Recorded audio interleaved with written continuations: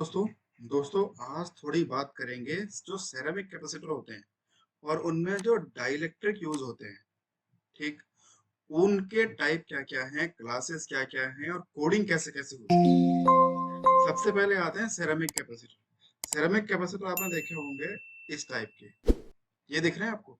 ये ceramic capacitor है, ये सेरामिक कैपेसिटर है, ये सेरामिक कैपेसिटर है। ये सारे सेरामिक कैपेसिटर हैं। ठीक, आज हम इनकी बात करेंगे कि इनमें जो डाइलेक्ट्रिक यूज होते हैं। सेरामिक देखो, कैपेसिटर में क्या होता है? कैपेसिटर में एक इलेक्ट्रोड इधर है, एक इलेक्ट्रोड इधर है, बीच में कुछ तो होता है। खाली छोड़ दो या कोई डाइलेक्ट्रिक छोड़ दो, उससे ही उसका कैपेसिटेंस पैदा होएगा, चार्ज इकट्ठा होएगा। ठीक, अब सेरामिक की बात अगर करेंगे तो ये नॉन पोलर होते हैं कि पोलैरिटी कुछ नहीं होती, प्लस माइनस का कोई चक्कर नहीं होता। सेरामिक कैपेसिटर में आज हम बात करेंगे डाइलेक्ट्रिक कौन कौन से यूज होते हैं, उनकी क्लासेस क्या क्या है। क्लास से मेरा मतलब है कि भाई आगे पता चलेगा, मैं क्या बता दूं, आगे पता चल जाएगा। इसको देखो, जैसे जो इनकी जो परफॉर्मेंस है कैपेसिटर की, वो मेजरली डिफाइन होती है हमारे जो डाइलेक्ट्रिक है उससे। यहाँ देखो आप, ये कंस्ट्रक्शन, ये एक इलेक्ट्रोड हो गया, ये दूसरा इलेक्ट्रोड हो गया, ये बीच का जो पार्ट है ये डाइलेक्ट्रिक है। ये हम किस चीज का यूज करेंगे, कौन सा मटेरियल होगा, उस पर इसकी कैपेसिटेंस बहुत डिपेंड कर जाती है, परफॉर्मेंस बहुत डिपेंड कर जाती है। बाकी दोनों तो ये तो बाकी तार बाहर निकाल रखे हैं ताकि हम इसे कहीं कनेक्ट कर सकें। और अगर मैं एसएमडी वाले कैपेसिटर की बात करता हूँ तो ये देखेंगे आप, छोटा एसएमडी कैपेसिटर ऐसा क्रॉस सेक्शन है ये साइड में। अब यहाँ देखो, इधर ये तो इलेक्ट्रोड हो गए वो जो हम सोल्ड करते हैं, तो पार्ट हम सोल्ड करते हैं। इसके साइड से देखोगे तो बीच बीच से देखो, ये तार, ये निकल इलेक्ट्रोड निकल रहा है, ये जा रहा है, ये जा रहा है, ये जा रहा है, ये जा रहा है, ऐसे ही यहाँ से। तो अब यहाँ देखो, ये इधर को आ रहा है, ये यहाँ से आ रहा, तो इन दोनों के बीच में एक गैप बन गया, यहाँ भरा हुआ है, यहाँ भरा हुआ है सेरेमिक। जो भी कंपाउंड भरा हुआ है उस पर डिपेंड करेगा, ये उससे कैपेसिटर बन गया। ये देखो, एक दो तीन चार इलेक्ट्रोड इसके हो गए, और एक दो तीन चार चार इलेक्ट्रोड इसके हो गए, उससे भरा हुआ है कि भाई ये क्या। इससे टॉलरेंस पता चलेगी, वोल्टेज रेटिंग इससे पता चलती है कि भाई कितने वोल्ट तक ये विथस्टैंड कर जाएगा। इसके डायलेक्ट्रिक से टेम्परेचर का क्या इफेक्ट होएगा इसके ऊपर, फ्रीक्वेंसी का क्या इफेक्ट होएगा, वो डिपेंड होता है। तो तीन क्लास में है, चौथा क्लास भी आता है बट ठीक है। तीन क्लास मेजरली है, class one, class two, class three. हर क्लास का अपना एक नेमिंग कन्वेंशन है कि भाई उसको किस तरीके से कोड किया जाए, कि भाई क्या क्या रेंज है इसकी। और हर क्लास का अपना टेम्परेचर रेंज उसकी है, नाम कैसे रखना है, वो सब एक हर क्लास का अपना है। जैसे सबसे पहले आएगा क्लास वन के डायलेक्ट्रिक जो होते हैं। ये क्या है, स्टेबल होते हैं, लो लॉस, यानी कि लॉसेस बहुत कम होते हैं और काफी स्टेबल होते हैं। ये बने हुए होते हैं टाइटेनियम डाइऑक्साइड मटेरियल। ठीक, स्टेबल रहते हैं बहुत टेम्परेचर रेंज पर या फ्रीक्वेंसी रेंज पर, बहुत ये टेम्परेचर स्टेबल रहते हैं। लॉसेस काफी कम होते हैं, तो इनके काफी थोड़े थोड़े से ये महंगे रहते हैं। तो इनको हम ऑसिलेटर वगैरह में चाहिए या फिर कोई टाइमिंग सर्किट में चाहिए, रेजोनेंट सर्किट में चाहिए, वहां हमें इसका यूज आता है, क्योंकि हमें वहां पे स्टेबल आइटम चाहिए जो टेम्परेचर से, फ्रीक्वेंसी से, टाइम से ना वेरी हो।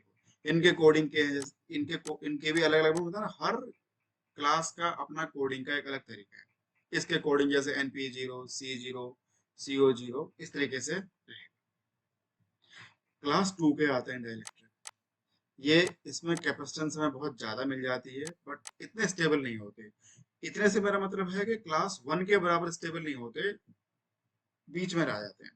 ये क्या है, ये सबसे ज्यादा यूज होने वाले मोटा मोटी यही है।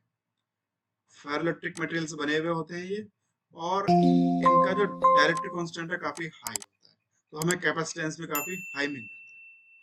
वोल्टेज की स्टेबिलिटी रहती है, टेम्परेचर की स्टेबिलिटी रहती है, इतने ज्यादा मतलब पहले के मुकाबले इतना ज्यादा नहीं होता बट हाँ रहता है स्टेबल। तो ये इसके जैसे इसके कोडिंग के एग्जांपल है X7R, X5R, Y5V। हर, मैंने बताया ना, हर अपनी क्लास का अपना कोडिंग का एक कन्वेंशन है। एप्लीकेशन में हम इसके बारे में ज्यादा फोकस करें क्योंकि ये हमारा ज्यादा यूज होता है नॉर्मल में। आप डीकपलिंग में इसको यूज करते हो, आप यही यूज करोगे, आप क्लास टू डायलेक्ट्रिक करोगे। फिल्टरिंग में कहीं यूज करोगे तो आप क्लास टू डायलेक्ट्रिक करोगे। कहीं बाईपास कैपेसिटर चाहिए आपको तो वहाँ क्लास टू करोगे। ठीक है, इस पे हमारा ज्यादा फोकस रहेगा, हम थोड़ा इसको और डिटेल में पढ़ेंगे। क्लास 3 क्या है, पुअर, इतने ज्यादा हाई फाई नहीं होते हैं ये, बस जहाँ ठीक है कैपेसिटर लगना है वो लगा दिया।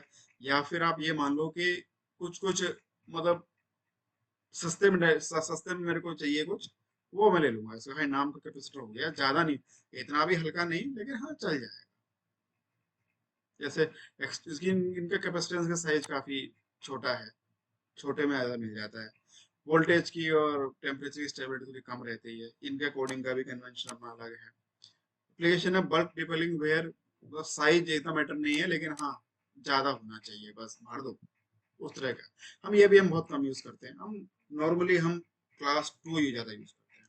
इसके छोटे से में अगर मैं टेबल में बताऊं आपको, तो ये क्लास 1 है, ये वो बहुत स्टेबल रहते हैं, इनकी बहुत अच्छी स्टेबिलिटी है, तो ये ऑसिलेटर्स में, फिल्टर्स में, टाइमिंग सर्किट में ज्यादा यूज किए जाते हैं। क्लास 2 है, ये डिकपलिंग में ज्यादा यूज होंगे, फिल्टर में चलेगा, इसको डिकपलिंग हुआ, और बाईपासिंग में इसको यूज होएगा।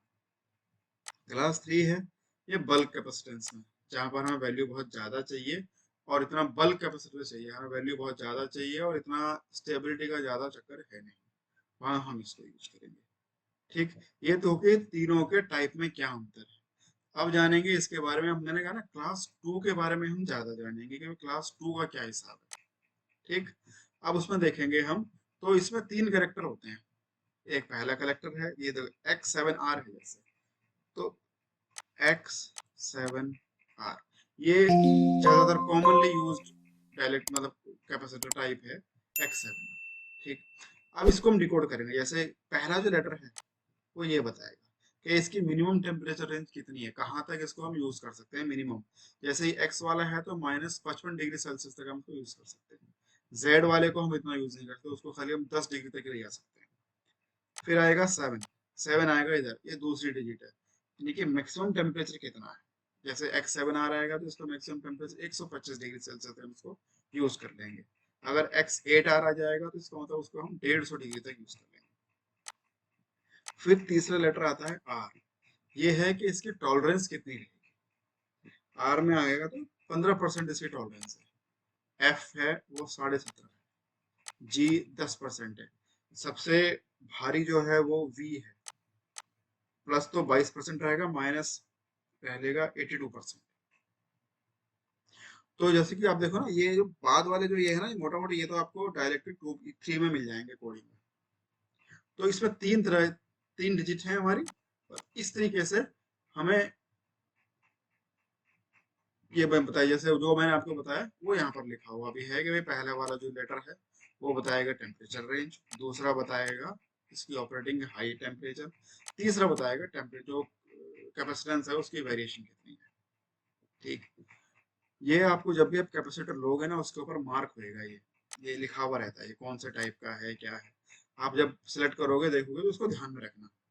ठीक है जी, आज की वीडियो में इतना ही, आगे मिलेंगे नई किसी और कंपनी के साथ नई जानकारी के साथ। धन्यवाद।